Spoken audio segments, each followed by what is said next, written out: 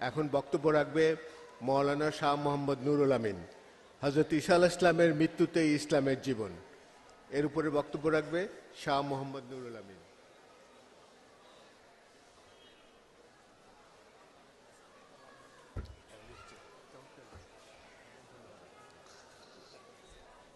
أشهد أن لا إله إلا الله وحده لا شريك له وأشهد أن محمدا عبده ورسوله أما بعد فأعوذ بالله من الشيطان الرجيم بسم الله الرحمن الرحيم الحمد لله رب العالمين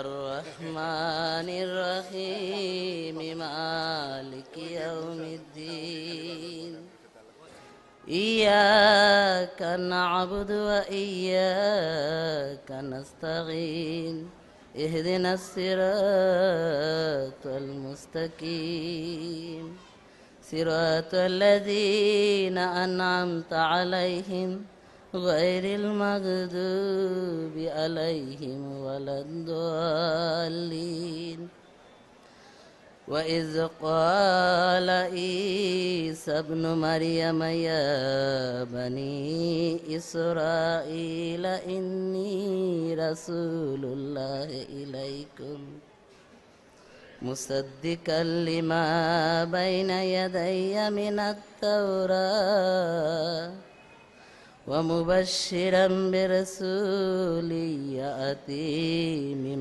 بعد اسمه أحمد। আহমদিয়া মুসলিম জামাত বাংলাদেশের ৯০তম সালানা জলসার তৃতীয় অধিবেশনের মঞ্চে উপস্থিত শ্রদ্ধেয় সভাপতি সাহেব, আমার সামনে ও পর্দার আড়ালে উপস্থিত আমার প্রিয় আহমদি ভাই বোনেরা, আসসালামু আলাইকুম ওয়া রাহমাতুল্লাহি ওয়া বারাকাতুহু। আমার বক্তব্যের বিষয় হযরত ঈসা আলাইহিসসালাতু ওয়াসসালামের মৃত্যুতে ইসলামের জীবন। অর্থাৎ আমাকে আজ উপস্থাপন করতে হবে জনাবে হযরত ঈসা আলাইহিসসালাতু ওয়াসসালাম, যিনি আজ থেকে ২০০০ বছর পূর্বে পৃথিবীতে জন্মগ্রহণ করেছিলেন, যিনি বনি ইসরায়েলের একজন নবী ছিলেন। তিনি মারা গেছেন। শুধু মারা গেছেন প্রমাণ করলেই হবে না, সাথে সাথে আমাকে এটাও তুলে ধরতে হবে তার মৃত্যুতে ইসলামের জীবন।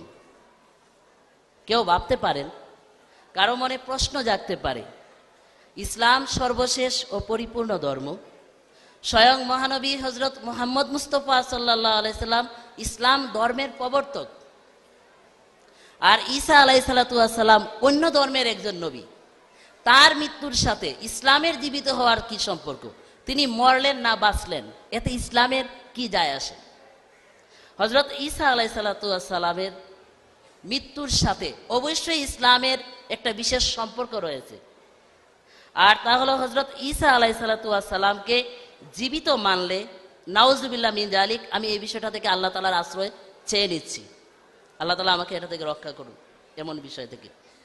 ঈসা আলাইহিসসালাতু ওয়াসসালামকে জীবিত মানলে মহানবী হযরত মুহাম্মদ মুস্তাফা সাল্লাল্লাহু আলাইহি ওয়া আলিহি ওয়াসাল্লামের নবুয়ত প্রশ্নবিদ্ধ হয়, তার নবুয়ত ভিত্তিহীন সাব্যস্ত হয়। কেননা আল্লাহ তাআলা পবিত্র কোরআনে সুস্পষ্ট ভাষায় ঘোষণা দিয়ে রেখেছেন, মহানবী হযরত মুহাম্মদ সাল্লাল্লাহু আলাইহি সাল্লামের আগমন হযরত ঈসা আলাইহিসসালাতু ওয়াসসালামের পরে হবে। আমি শুরুতেই আপনাদের সামনে যে আয়াত তেলাওয়াত করেছি, এতে আল্লাহ তাআলা বলছেন, সূরা সাফের ৭ নম্বর আয়াত, ওয়াইজ কালা ঈসা ইবনে মারিয়ামা, আর স্মরণ করো যখন ঈসা ইবনে মরিয়ম বলেছিল, ইয়া বানি ইসরাইলা, হে বনি ইসরাইল, ইন্নী রাসূলুল্লাহ ইলাইকুম, নিশ্চয়ই আমি তোমাদের প্রতি আল্লাহ তাআলার পক্ষ থেকে প্রেরিত এক রাসূল, মুসাদ্দিকাল লিমা বাইনা ইয়াদাইয়া মিনাত তাওরাত, তৌরাতে যা আমার সামনে রয়েছে এর সত্যায়নকারী রূপে, ওয়া মুবাশশিরাম বিরাসূলিন ইয়াতি মিন বাদি ইসমু আহমদ, আর আমি আমার পরে আগমনকারী এক মহান রসুলের সুসংবাদদাতা, যার নাম হবে আহমদ। আমরা সবাই জানি আহমদ মহানবী হজরত মুহাম্মদ সাল্লাল্লাহু আলাইহি ওয়াসাল্লামের আরেকটি নাম। তাই এই আয়াতে আল্লাহ তাআলা স্পষ্ট বলে দিয়েছেন আহমদ রসুল, অর্থাৎ মহানবী হজরত মুহাম্মদ মুস্তাফা সাল্লাল্লাহু আলাইহি ওয়া আলিহি ওয়াসাল্লামের আগমন হবে হজরত ঈসা আলাইহিস সালাতু ওয়াস সালামের পরে। এ কারণে ঈসা আলাইহিস সালাম যদি জীবিত থাকেন তাহলে মহানবী হজরত মুহাম্মদ সাল্লাল্লাহু আলাইহি ওয়াসাল্লামের আগমন সম্ভব হবে না কোরআনের ওই বক্তব্য অনুযায়ী। তাহলে আমাদেরকে খ্রিস্টানদের সাথে সুর মিলিয়ে মেনে নিতে হবে, স্বীকার করতে হবে আমরা যাকে মহানবী হজরত মুহাম্মদ সাল্লাল্লাহু আলাইহি ওয়াসাল্লাম হিসাবে মান্য করছি, নাউজুবিল্লাহ মিন জালিক, তিনি আসল মোহাম্মদ নন, তিনি নকল মোহাম্মদ। বিশ্বনবী হজরত মুহাম্মদ মুস্তাফা সাল্লাল্লাহু আলাইহি ওয়া আলিহি ওয়াসাল্লামের উম্মত হয়ে এরকম বিশ্বাস আমাদেরকে করতে হবে। আর এইরকম বিশ্বাস করা শুধু মুহাম্মদ সাল্লাল্লাহু আলাইহি ওয়াসাল্লামকে অস্বীকার করার নামান্তর নয়, বরং আল্লাহ তাআলা এবং কোরআন, পবিত্র কোরআনকে অস্বীকারেরও নামান্তর হবে। আর আমরা মুসলমান হয়ে এটা কখনো করতে পারি না। হজরত ঈসা আলাইহিস সালাতু ওয়াস সালাম জীবিত আছেন, তিনি আবার আসবেন, এটা কোরআন সুন্নাহর সম্পূর্ণ বিরোধী একটি বিষয়। একজন মুসলমান হয়ে এরকম ঘৃণ্য, জঘন্য ও ন্যাক্কারজনক বিশ্বাস পোষণ করা আর ইসলামকে গলা টিপে মেরে ফেলার মাঝে কোনো ধরনের পার্থক্য নেই। এমন বিশ্বাস ইসলামকে মৃত সাব্যস্ত করার নামান্তর। এ কারণে হজরত মসিহ মাউদ আলাইহিস সালাতু ওয়াস সালাম, যিনি এই যুগের প্রতিশ্রুত মসিহ হিসাবে আগমন করেছেন, তাকে আল্লাহ তাআলা ইলহাম করে জানিয়েছেন যে তুমি জগৎকে জানিয়ে দাও, মুসলমানদেরকে জানিয়ে দাও যে मसीह इब्ने मरियम रसूलुल्लाह फौत हो चुका है और उसके रंग में होकर वादा के मुआफिक तू आया है। मसीह इब्ने मरियम ঈসা আলাইহিস সালাতু ওয়াস সালাম মৃত্যুবরণ করেছেন আর প্রতিশ্রুতি অনুযায়ী তার রঙে রঙিন হয়ে তুমি আগমন করেছো। আর আল্লাহ তাআলার এই পক্ষ থেকে এই ইলহাম লাভ করার পর হযরত আকদাস মসিহ মাউদ আলাইহিস সালাতু ওয়াস সালাম ঘোষণা দিলেন, তোমরা ঈসাকে মরতে দাও, এতে ইসলামের জীবন নিহিত। একইভাবে বনী ইসরাইলি ঈসার পরিবর্তে মুহাম্মদী ঈসাকে আসতে দাও, এতে ইসলামের সম্মান ও শ্রেষ্ঠত্ব নিহিত। মলফুজাত 10ম খণ্ড পৃষ্ঠা 458। হযরত মসিহ মাউদ আলাইহিস সালাতু ওয়াস সালাম শুধুমাত্র এই ঘোষণা দিয়েই নিজের দায়িত্ব শেষ করেননি। তিনি পবিত্র কোরআন, হাদিস ও অন্যান্য অকাট্য যুক্তি প্রমাণ দিয়ে, দলিল প্রমাণ দিয়ে ঈসা আলাইহিস সালামের মৃত্যুর বিষয়টি জগতে সাব্যস্তও করে গেছেন। এখন আমি হযরত ঈসা আলাইহিস সালামের মৃত্যুর বিষয়টি সর্বপ্রথম আপনাদের সামনে সাব্যস্ত করার চেষ্টা করব। তারপর এর সাথে ইসলামের জীবিত হওয়ার কি সম্পর্ক সেটি তুলে ধরব। ঈসা আলাইহিস সালাতু ওয়াস সালাম এমন এক ব্যক্তিত্ব যাকে আজ জগতের মানুষ, তার জগতের কেউ তাকে একজন মানুষ হিসাবে জানে, মানুষ হিসাবে মানে, কেউ তাকে একজন নবী হিসাবে, আর কেউ বা তাকে ঈশ্বর হিসাবে মান্য করে। আর আল্লাহ তাআলা পবিত্র কোরআনে এই তিন দিক থেকে হযরত ঈসা আলাইহিস সালাতু ওয়াস সালামের মৃত্যু সাব্যস্ত করে রেখেছেন। আমি এই বিষয়টি আপনাদের সামনে তুলে ধরব। প্রথম কথা হলো, হযরত ঈসা আলাইহিস সালাতু ওয়াস সালাম একজন মানুষ ছিলেন, আর তিনি 2000 বছর পূর্বের একজন মানুষ। বর্তমানে 2000 বছর পূর্বের একজন মানুষ তো দূরের কথা, 2 থেকে 300 বছর পূর্বের একজন মানুষও জীবিত আছে, এরকম কোনো তথ্য আমার কাছে নাই, আমাদের কাছে নাই, আপনাদের কাছেও নাই। আপনাদের কারো কাছে যদি থাকে তাহলে হাস্যচক উত্তর দিতে পারেন যে আমি জানি 200 বা 300 বছরের একজন মানুষ জীবিত আছে। সেই ক্ষেত্রে 2000 বছর পূর্বের একজন মানুষ হযরত ঈসা আলাইহিস সালাতু ওয়াস সালাম জীবিত নাই, এটাই একটা চিরন্তন বিষয়, এটাই একটা স্বাভাবিক এবং প্রমাণিত সত্য বিষয়। আর এই বিষয়টিকে আল্লাহ তাআলা পবিত্র কোরআনে এভাবে ঘোষণা দিয়েছেন, মুহাম্মদ সাল্লাল্লাহু আলাইহি সাল্লামকে সম্বোধন করে জানিয়ে দিয়েছেন, হে মুহাম্মদ সাল্লাল্লাহু আলাইহি সাল্লাম, ওয়ামা জাআলনা লিবাশারিন মিন কাবলিকাল খুলদ, হে মুহাম্মদ সাল্লাল্লাহু আলাইহি সাল্লাম, তোমার পূর্বের কোনো মানুষকে আমরা চিরস্থায়ী জীবন দান করিনি। আফাই মিত্তা ফাহুমুল খালিদুন, এরপর তুমি মারা যাবে আর তারা বেঁচে থাকবে, এমনটি হবেই না। সূরা আম্বিয়া 35 নম্বর আয়াত। এই আয়াতে আল্লাহ তাআলা মোহাম্মদ সাল্লাল্লাহু আলাইহি সাল্লামকে সম্বোধন করে বলে দিয়েছেন, মোহাম্মদ সাল্লাল্লাহু আলাইহি সাল্লামের পূর্বের কোনো মানুষ অস্বাভাবিক আয়ু নিয়ে জীবিত নাই। তো ঈসা আলাইহিস সালাম মোহাম্মদ সাল্লাল্লাহু আলাইহি সাল্লামের 600 বছর পূর্বের মানুষ ছিলেন। এই ঘোষণা অনুযায়ী তারও জীবিত থাকার কোনো সম্ভাবনা নেই, তা তিনিও মারা গেছেন। কেউ বলতে পারেন, ভাই এটা কি বলছেন? ঈসা, এখানে তো আল্লাহ তাআলা সাধারণ মানুষের কথা বলেছেন, কিন্তু হযরত ঈসা আলাইহিস সালাম তো সাধারণ মানুষ ছিলেন না, তিনি ছিলেন আল্লাহ তাআলার পিয়ারে নবী। আর আল্লাহ তাআলা তার পিয়ারে নবীদের সাথে তো অন্যরকম ব্যবহার করেন, তাদের ক্ষেত্রে না কত রকম মুজেজা প্রদর্শন করেন।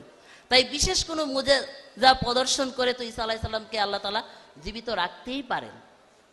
তাদের ক্ষেত্রে বলছি, রসুল হলেও তার জীবিত থাকার কোনো সুযোগ নেই, এটাও আল্লাহ তাআলা ঘোষণা দিয়ে রেখেছেন। আল্লাহ তাআলা বলছেন, ওয়ামা মুহাম্মাদুন ইল্লা রাসূলুন কাদ খালাত মিন কাবলিহি রাসূল, সূরা আল ইমরান 145 নম্বর আয়াত। মুহাম্মদ সাল্লাল্লাহু আলাইহি সাল্লাম একজন রসুল, তার পূর্বের সমস্ত রসুলগত হয়েছে, সমস্ত রসুল মারা গেছেন। আল্লাহ তাআলা বলেছেন কাদ খালাত মিন কাবলিহি রাসূল, তার পূর্বের সমস্ত রসুল মারা গেছেন। এখানে আল্লাহ তাআলা বলেননি ইল্লা ঈসা ইবনে মরিয়ম, ঈসা ইবনে মরিয়ম ছাড়া সবাই মারা গেছেন, একথা বলেননি। তাই হযরত ঈসা আলাইহিস সালাম মহানবী হযরত মুহাম্মদ সাল্লাল্লাহু আলাইহি সাল্লামের পূর্বের একজন রসুল ছিলেন। আর আল্লাহ তাআলার এই ঘোষণা অনুযায়ী পূর্বের রসুল হওয়ার কারণে সব রসুলের সাথে তিনিও মৃত্যুবরণ করেছেন। বাকি রইল আরেকটি বিষয়, হযরত ঈসা আলাইহিস সালামকে জগতের একটা বড় অংশ, যার সংখ্যা প্রায় 150 কোটির মতো খ্রিস্টান, তারা ঈশ্বর পুত্র, ঈশ্বর হিসাবে বিশ্বাস করে, ঈশ্বর হিসাবে মান্য করে। এদিক থেকেও আল্লাহ তাআলা হযরত ঈসা আলাইহিস সালামের মৃত্যুর বিষয়টি কোরআন শরীফে ঘোষণা দিয়ে রেখেছেন। আল্লাহ তাআলা বলছেন, ওয়াল্লাযীনা ইয়াদউনা মিন দুনিল্লাহি লা ইয়াখলুকুনা শাইআও ওয়া হুম ইউখলাকুন আমওয়াতুন গায়রা আহইয়াইন, সূরা নাহাল 21 ও 22 নম্বর আয়াত। আল্লাহকে বাদ দিয়ে তারা যাদেরকে ডাকে তারা কিছুই সৃষ্টি করতে পারে না, বরং তাদেরকেই সৃষ্টি করা হয়েছে, তারা সবাই মৃত, কেউ জীবিত নয়। আমওয়াতুন গায়রা আহইয়াইন, আল্লাহ তাআলা বলে দিয়েছেন এই আয়াতে, আল্লাহকে বাদ দিয়ে যাদের উপাসনা করা হয় সবাই আমওয়াতুন, মৃত, গায়রা আহইয়াইন, কেউ জীবিত নেই। এখন প্রশ্ন হলো, হযরত ঈসা আলাইহিস সালামের ইবাদত করা হয় কিনা, তাকে উপাস্য হিসেবে মানা হয় কিনা? উত্তর হলো নিঃসন্দেহে মানা হয়, খ্রিস্টানরা মানে।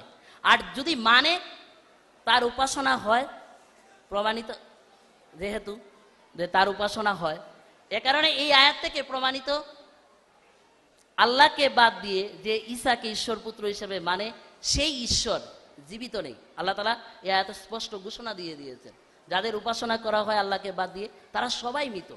তাই তাদের সাথে হযরত ঈসাও অন্তর্ভুক্ত। তাতে হযরত ঈসা আলাইহিস সালামও মারা গেছেন, তিনি জীবিত নেই। হযরত ঈসা আলাইহিস সালাম এর মৃত্যুর বিষয়ে পবিত্র কোরআনের এরকম 30টি আয়াত রয়েছে।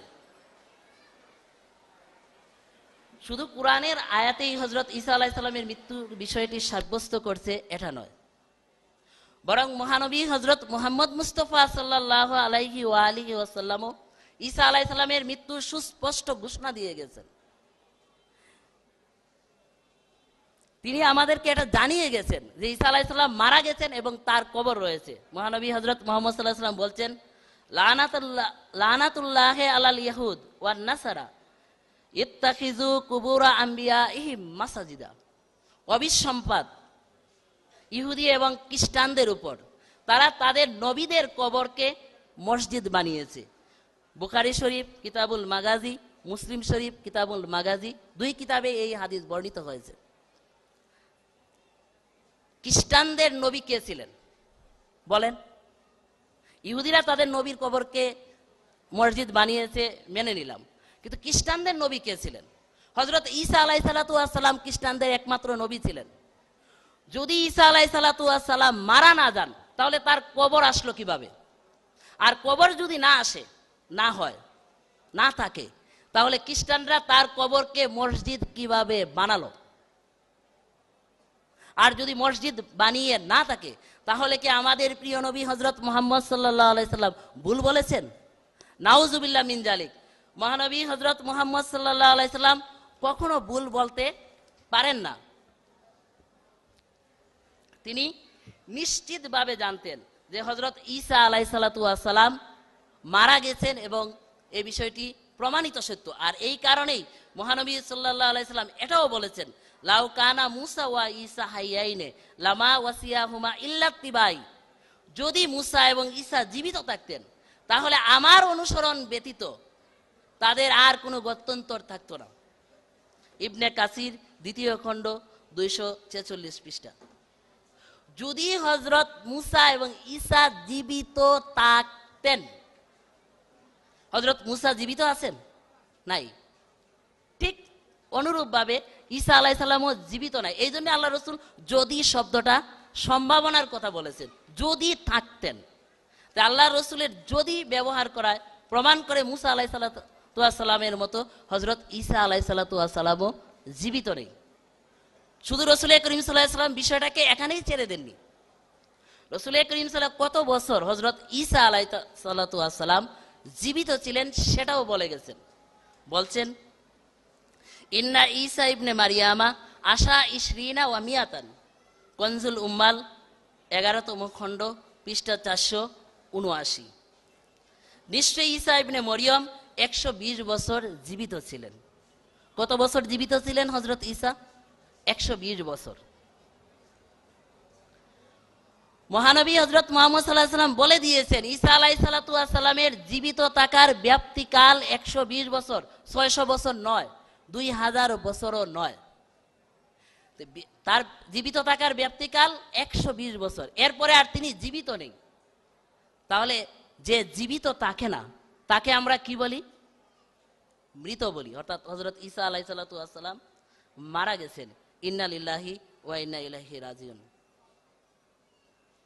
তবে এখানে কারো প্রশ্ন জাগতে পারে, হজরত ঈসা আলাইহিস সালাম যদি সত্যি মারা যান তাহলে তিনি জীবিত আছেন, জীবিত আকাশে চলে গেছেন, আবার আকাশ থেকে নামবেন, এ বিশ্বাস পোষণের কারণ কি? এ বিশ্বাস এলো কোথা থেকে? প্রথম উত্তর হলো, এটি তিত্ববাদী খ্রিস্টানদের একটি বিশ্বাস। মুসলমানদের মধ্যে এর অনুপ্রবেশ ঘটেছে বা কৌশলে ঘটানো হয়েছে। আর এই যে বিষয়টা বললাম, এটা আমার বক্তব্য নয়, উম্মতে মুহাম্মদিয়ার বড় বড় বুজুর্গানে কেরাম এবং পণ্ডিত ব্যক্তিরা বহু পূর্বে এই বিষয়টা বলে গেছেন। এই বিষয়ে 3 বছরের একটি মেয়েকে পাওয়া যাচ্ছে না, তার পিতা হন্যে খুঁজছেন, অনুগ্রহপূর্বক মেয়েটি সন্ধান পেলে গেটে যোগাযোগ করবেন। 3 বছরের একটি মেয়েকে পাওয়া যাচ্ছে না। আমি বলছিলাম হজরত ঈসা আলাইহিসসালাম জীবিত আছেন, এই বিশ্বাসটি খ্রিস্টানদের মধ্যে থেকে অনুপ্রবেশ ঘটেছে, খ্রিস্টানদের একটি বিশ্বাস, অথবা অনুপ্রবেশ ঘটানো হয়েছে। আর এটা উম্মতে মুহাম্মদিয়ার বড় বড় গবেষক এবং পণ্ডিতরা বহু পূর্বেই বলে গিয়েছেন। হানাফি মাযহাবের বিখ্যাত আলেম আল্লামা ইবনে আবেদিন আশ-শামী ঈসা আলাইহিস সালাম আকাশে জীবিত আছেন এ বিশ্বাস সম্পর্কে তিনি বলছেন, প্রকৃতপক্ষে মুসলমানদের মধ্যে এ বিশ্বাস খ্রিস্টানদের মধ্য থেকে এসেছে। ফাতহুল বায়ান, তফসির ফাতুল বায়ান, 2য় খণ্ড পৃষ্ঠা 49। আপনারা সবাই স্যার সৈয়দ আহমদ খান সাহেবের নাম জানেন, তিনি আলিগড় বিশ্ববিদ্যালয়ের প্রতিষ্ঠাতা। তিনি তার তফসির, তিনি এক তফসির লিখেছেন, তিনি তার তফসিরের 2য় খণ্ডের 143 পৃষ্ঠা এই বিশ্বাস সম্পর্কে বলছেন, কোরআন শরীফের 3 আয়াত দ্বারা ঈসা আলাইহিসসালামের মৃত্যুর বিষয়টি সুস্পষ্টভাবে সাব্যস্ত। কিন্তু কিছু মুসলমান আলেম খ্রিস্টান ফিরকার বিশ্বাসে প্রভাবান্বিত হয়ে কোরআনের প্রতি গভীর মনোনিবেশ না করেই হজরত ঈসা আলাইহিসসালাম আকাশে চলে গেছেন স্বীকার করে নিয়েছেন। এই বিশ্বাস হজরত ঈসা আলাইহিসসালাম আকাশে আছেন, জীবিত আছেন, এটা খ্রিস্টানদের বিশ্বাস। মুসলমানদের সেটা দাঁড় করে নেওয়া বা ষড়যন্ত্রের শিকার হয়ে মুসলমানদের মধ্যে এটার অনুপ্রবেশ ঘটেছে। বনি ইসরাইলের নবী হজরত ঈসা আলাইহিসসালাম জীবিত আছেন, তিনি শেষ যুগে আবার আসবেন, তিনি আকাশে আছেন জীবিত। এই বিশ্বাস পোষণের দ্বিতীয় কারণ হলো পবিত্র কোরআন ও হাদিসে মসিহ নামে এক ব্যক্তির শেষ যুগে আসার কথা সুস্পষ্টভাবে বলা রয়েছে। আর এ কারণে অনেকেই আগমনকারী ওই মসিহকে বনি ইসরায়েলের মসির সাথে গুলিয়ে এক করে ফেলেছেন বিষয়টাকে। তবে যারা মনে করছেন যে বনি ইসরায়েলের নবী ঈসাই আবার আসবেন, তাদের এই স্বপ্ন কখনো পূরণ হবে না, বা তাদের এই স্বপ্ন পূরণের বিন্দুমাত্র কোনো সুযোগ নেই। কেন নেই? কারণ আমরা এতক্ষণ প্রমাণ দিয়েছি কোরআন হাদিসের আলোকে হযরত ঈসা আলাইহিসসালাতু ওয়াস সালাম মারা গেছেন। আর যিনি মারা গেছেন তার ব্যাপারে আল্লাহ তাআলার স্পষ্ট ঘোষণা হলো, সুম্মা ইন্নাকুম বাদা যালিকা লামাইতুন সুম্মা ইন্নাকুম ইয়াউমাল কিয়ামাতে তুবআসুন, সূরা আল মুমিনুন 16-17 নম্বর আয়াত। এরপর তোমরা অবশ্যই মারা যাবে, এরপর অবশ্যই কিয়ামত দিবসে তোমাদেরকে পুনরুত্থিত করা হবে। অর্থাৎ যে একবার মারা যাবে, কিয়ামতের পূর্বে তার জীবিত হওয়ার কোনো সুযোগ নেই, আল্লাহ তাআলা কোরআন শরীফে বলে দিয়েছেন। আর এই বিষয়টিকে মহানবী হযরত মুহাম্মদ সাল্লাল্লাহু আলাইহি ওয়াসাল্লাম সমর্থন করেছেন। হাদিসে এর অগণিত দৃষ্টান্ত রয়েছে, হাদিসে এর সমর্থন রয়েছে। আর এ কারণেই আজ থেকে 125 বছর পূর্বে হযরত মসিহ মাউদ আলাইহিসসালাতু ওয়াস সালাম সমস্ত জগৎকে সম্বোধন করে বলেছিলেন, সহিহ হাদিস তো দূরের কথা, কোনো বানোয়াট হাদিসও এমন পাবে না যাতে লেখা আছে হযরত ঈসা আলাইহিসসালাতু ওয়াস সালাম রক্ত মাংসের এই দেহসহ আকাশে চলে গেছেন আর কোনো এক যুগে আবার পৃথিবীতে আসবেন। এমন কোনো হাদিস কেউ যদি উপস্থাপন করতে পারে, তাহলে এমন ব্যক্তিকে আমরা 20,000 টাকা পুরস্কার দিব। কিতাবুল বারিয়া পৃষ্ঠা 207। মসিহ মাউদ আলাইহিস সালাম শুধু এই চ্যালেঞ্জেই দেননি, তিনি তার ইজালায়ে আওহাম পুস্তকে এটাও বলেছেন, আপনারা যারা আমাকে মিথ্যাবাদী মনে করেন, যে আমার দাবি মিথ্যা, আপনারা যদি সত্যবাদী হন, আপনাদের দাবি যদি সত্যবাদী হয়, তাহলে ঈসাকে আকাশ থেকে নামিয়ে দেখান। কারণ আল্লাহ তাআলা তো সত্যবাদীদের দোয়াই মিথ্যাবাদীর তুলনায় বেশি শুনেন। আপনাদের দাবি সত্য হলে দোয়া করে আল্লাহর কাছ থেকে ঈসাকে নামিয়ে দেখান। কিন্তু এই দুই ধরনের চ্যালেঞ্জ আজ থেকে 100 বছর পূর্বে হযরত মসিহ মাউদ আলাইহিসসালাতু ওয়াস সালাম দিয়ে রেখেছেন জগতের সামনে, কিন্তু কেউ আজ পর্যন্ত এই চ্যালেঞ্জ মোকাবেলা করতে আসেনি। আর কিয়ামত পর্যন্ত কেউ আসার সাহসও দেখাবে না, আর আসবেও না। এখানে আরেকটি বিষয় স্পষ্ট করতে চাই, মহানবী হযরত মুহাম্মদ মুস্তাফা সাল্লাল্লাহু আলাইহি ওয়া আলিহি ওয়াসাল্লাম আগমনকারী প্রতিশ্রুত মসিহ আর বনি ইসরাইলের নবী ঈসা দুইজন যে ভিন্ন ব্যক্তি, এটা তিনি নিজেই বলে গেছেন। বুখারী শরীফের কিতাবুল আম্বিয়ার হাদিস বর্ণনাকারী হযরত ইবনে আব্বাস রাদিয়াল্লাহু আনহু তিনি বলছেন, মহানবী হযরত মুহাম্মদ সাল্লাল্লাহু আলাইহি সাল্লাম বনি ইসরাইলের নবী ঈসাকে মেরাজের রাত্রে দেখেছিলেন। আর তার চেহারা হলো লাল বর্ণ, তার চুল কুকরানো আর প্রশস্ত বক্ষ বিশিষ্ট তিনি ব্যক্তি। একই বর্ণনাকারী একটু পরেই, কয়েকটি লাইন পরেই গিয়ে আবার বলছেন একই হাদিসের, যে হযরত রাসূল করিম সাল্লাল্লাহু আলাইহি ওয়া আলিহি ওয়াসাল্লাম দাজ্জাল এবং মসিহে দাজ্জাল, অর্থাৎ দাজ্জালের সাথে যে মসির মোকাবেলা হবে, সেই শেষ যুগে আসবে যে মসি, সেই মসিকেও তিনি দেখেছেন। আর তাকে দেখেছেন বাদামি বর্ণ, তার চুল সোজা কাঁধ পর্যন্ত বিস্তৃত। বর্ণনাটা একটু শুধু চিন্তা করেন, একজনের রঙের বর্ণনা দিচ্ছেন শরীরের লাল বর্ণ, আরেকজনকে বলছেন বাদামি বর্ণ, একজনের চুল বলছেন কোকড়ানো, আরেকজনের চুল বলছেন সোজা। দুজন যদি একই ব্যক্তি হতো তাহলে বর্ণনা একই হতো, চেহারার বর্ণনা এক হতো, ভিন্ন হতো না। তাই দুইজনের চেহারার ভিন্নতা সাব্যস্ত করে মহানবী হযরত মুহাম্মদ সাল্লাল্লাহু আলাইহি ওয়াসাল্লাম প্রতিশ্রুত মসিহ হিসাবে এই উম্মতের শেষ যুগে যে মসির আগমনের কথা বলেছেন, তিনি বনি ইসরাইলের নবী ঈসা নন, ভিন্ন ব্যক্তি। আর বিশ্বনবী হযরত মুহাম্মদ মুস্তাফা সাল্লাল্লাহু আলাইহি ওয়া আলিহি ওয়াসাল্লাম তার উম্মতের মসি কে হবেন এটাও তিনি বলে গেছেন, যে ভিন্ন ব্যক্তি হবেন, কিন্তু তিনি কে হবেন? তিনি হবেন লাল মাহদি ইল্লা ঈসা ইবনে মারিয়াম ইবনে মাদা বাব সিদ্দাতুজ্জামান। যে আমার উম্মতে যে মাহদি হিসাবে আসবে সেই ঈসা ইবনে মরিয়ম হবে, ভিন্ন কোনো ব্যক্তি না। আর ওই ঈসা ইবনে মরিয়ম আকাশ থেকে আসবে না। সে কোথা থেকে আসবে?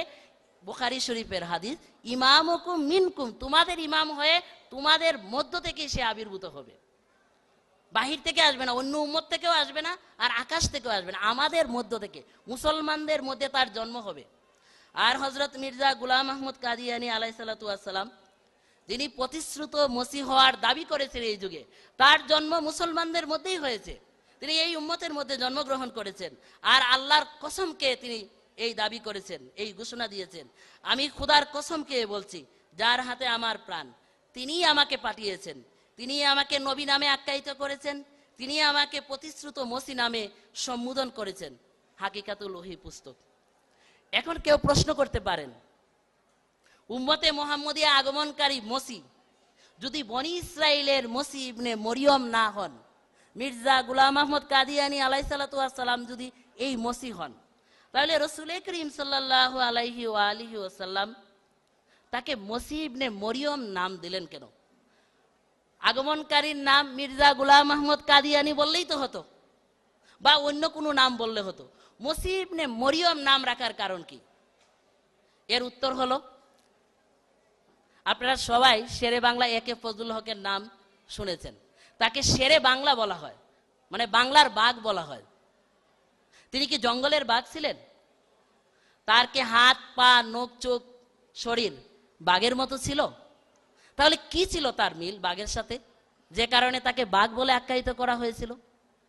শুধুমাত্র একটা বৈশিষ্ট্য, বাঘ যেমন অকুত ভয়, কাউকে ভয় পায় না, কাউকে ভয় করে না, ফজলুল হকের মধ্যে এরকম একটা গুণ ছিল, কাউকে তিনি ভয় পেতেন না। এই কারণে তার উপাধি দেওয়া হয়েছিল, তাকে বাঘ বলে আখ্যায়িত করা হয়েছিল। আর হযরত মসিহ মাউদ আলাইহিসসালাতু ওয়াসসালাম, যিনি এই যুগে প্রতিশ্রুত মসি হিসাবে আগমন করেছেন, তিনি তার পুস্তক তাজকিরাতুশ শাহাদাতাইনের 26 থেকে 38 পৃষ্ঠায় পূর্বের মসির সাথে তার 16টি সাদৃশ্যের বর্ণনা দিয়েছেন, বড় বড় সাদৃশ্য। আর এমনি যদি সাদৃশ্য আপনারা খুঁজেন, আমাদের জামাতের উলামারা সেটা বের করেছেন, সেটা স্বর উপরে সাদৃশ্য রয়েছে হযরত ঈসা আলাইহিসসালাতু ওয়াসসালামের সাথে মসিহ মাউদ আলাইহিসসালাতু ওয়াসসালামের।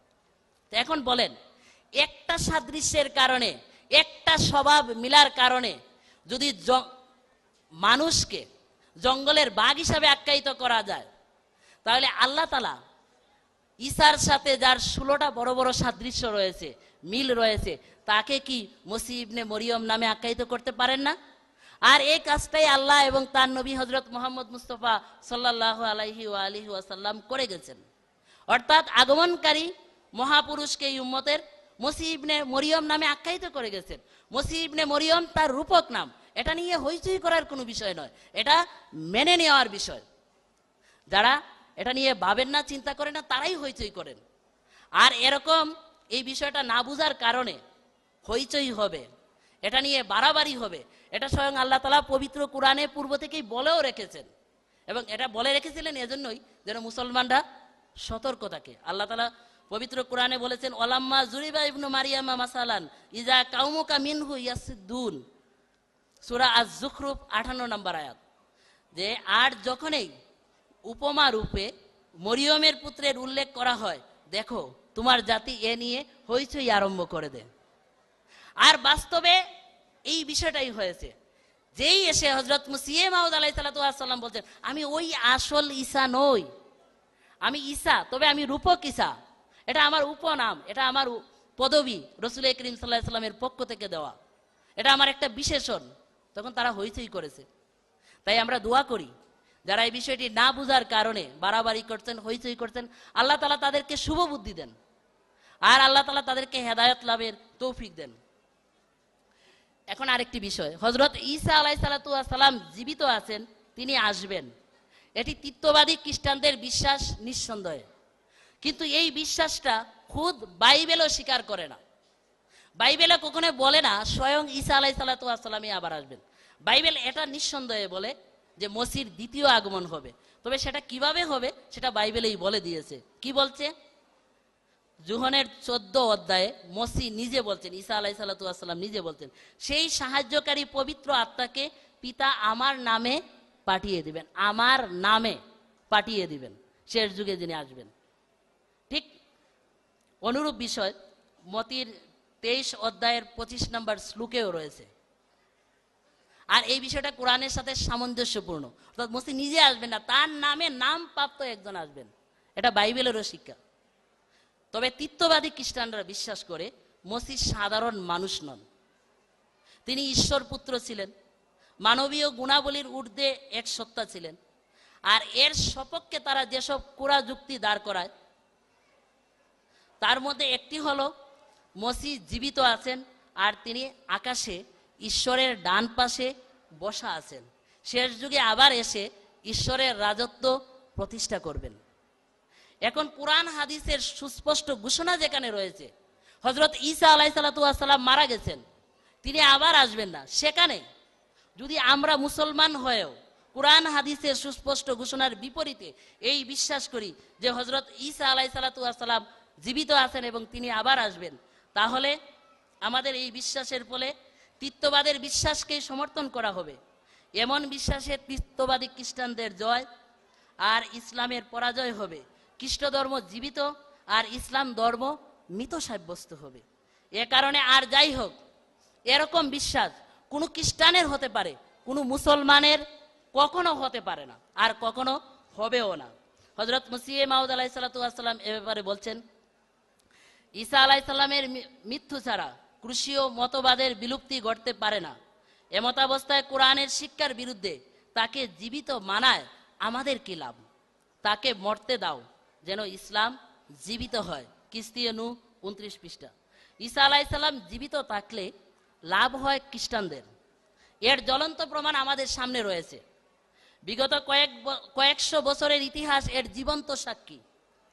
ঈসা আলাইহিসসালাম জীবিত আছেন, এই হাতিয়ারটাকে কাজে লাগিয়ে তিত্ববাদী খ্রিস্টান পাদ্রীরা দুর্দণ্ড প্রতাপ এবং মহাবিক্রমে সারা দুনিয়া তারা চষে বেরিয়েছে, আর বিশ্বব্যাপী কোটি কোটি মুসলমানকে তারা খ্রিস্টান বানিয়েছে।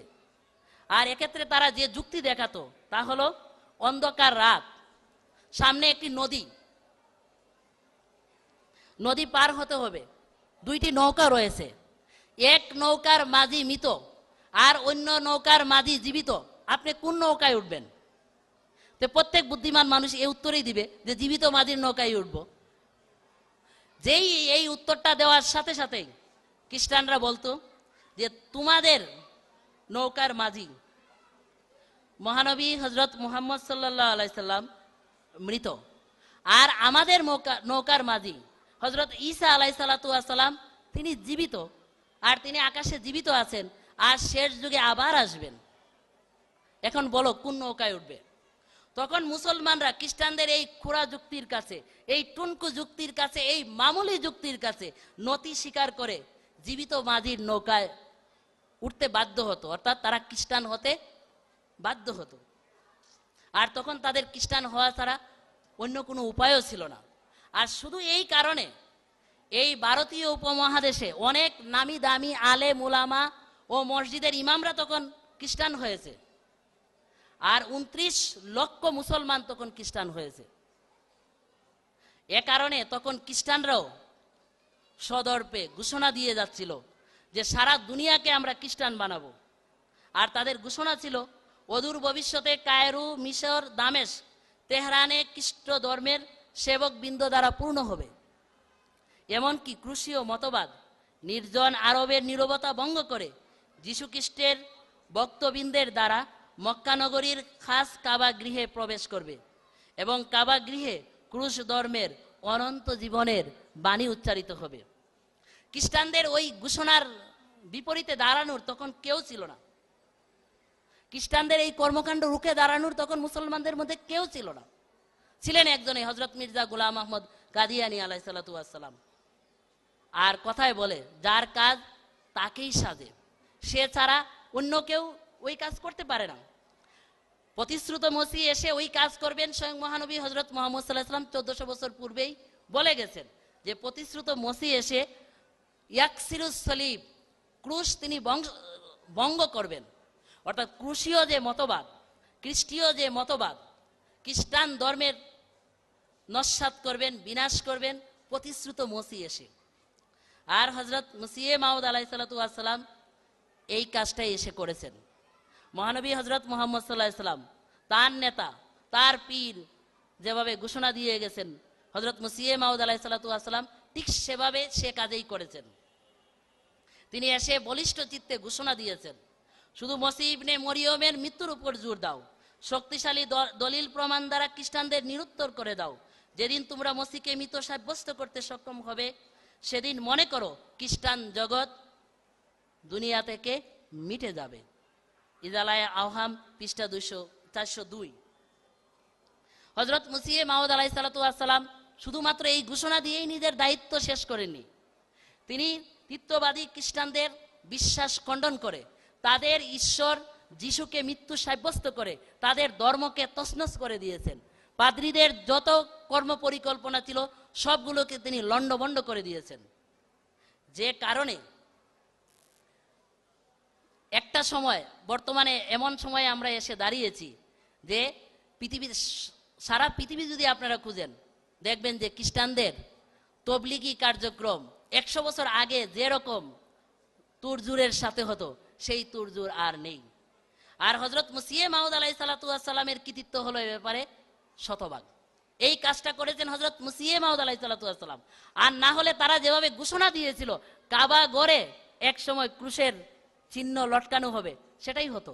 এটাকে প্রতিরোধ করেছেন মসিহে মাউদ আলাইহিসসালাম এসে। আর এটা আমার বক্তব্য নয়, এটা দেওবন্দ মাদ্রাসার বিখ্যাত আলেম, যাকে হাকিমুল উম্মত বলা হয়, তিনি আহমদি ছিলেন না, তার নাম আশরাফ আলী তানভী সাহেব।